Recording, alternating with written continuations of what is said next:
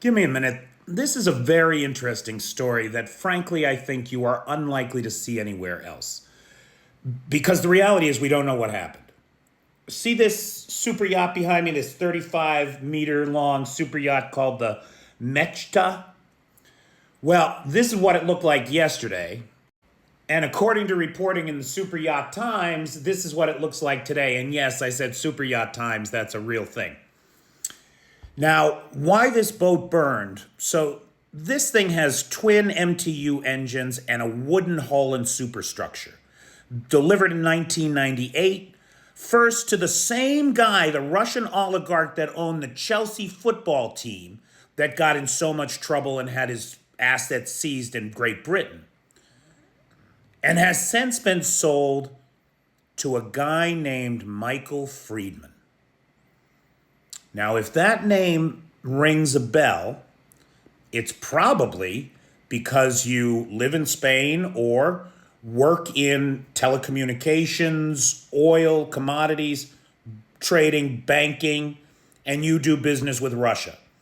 Other than that, you're unlikely to have heard of Michael Friedman, who is, according to Forbes, the 9th richest Russian oligarch that there is, down from his position as number 2 in 2012. But hey, times are tough, right? The guy's only worth 13.6 billion these days, but everybody's losing money in Russia, right? Now look, we don't know why his yacht burned, right? This is the important part of this. We do not know why the yacht burned.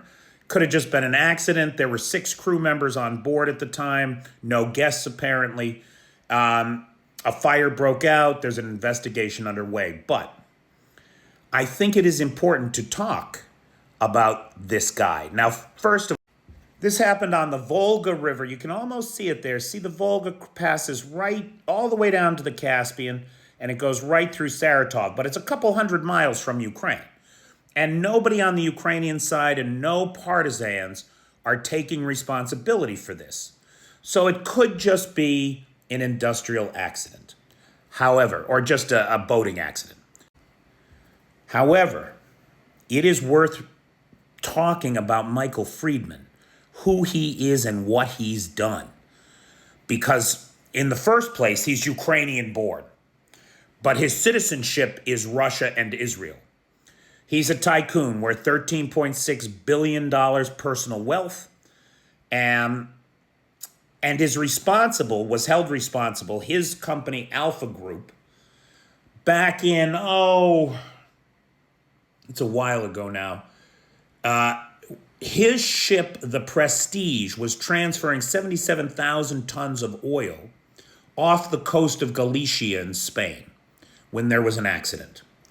$1.5 billion in cleanup. This guy was responsible for one of the largest ecological disasters in Spain, in Spanish history.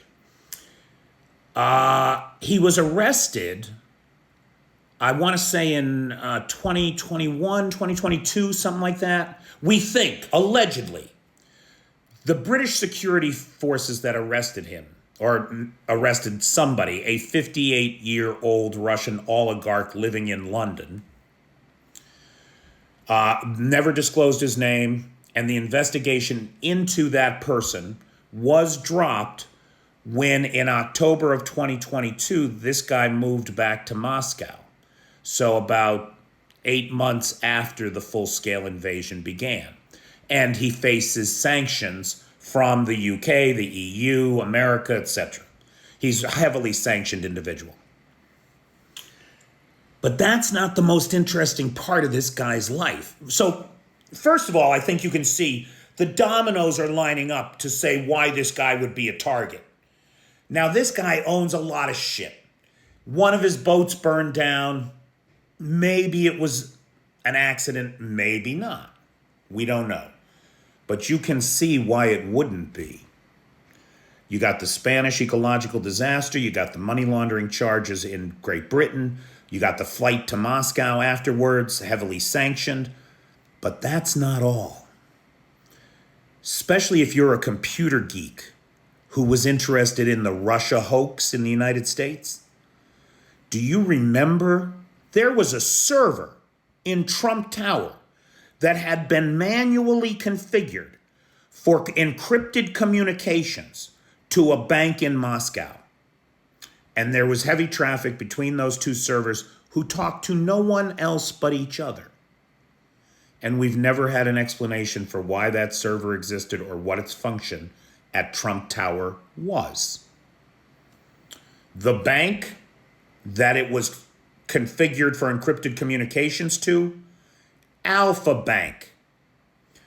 Alpha Group. This guy is the founder of the bank that very likely, in my opinion, was responsible for some kind of illicit money transfers to Donald Trump.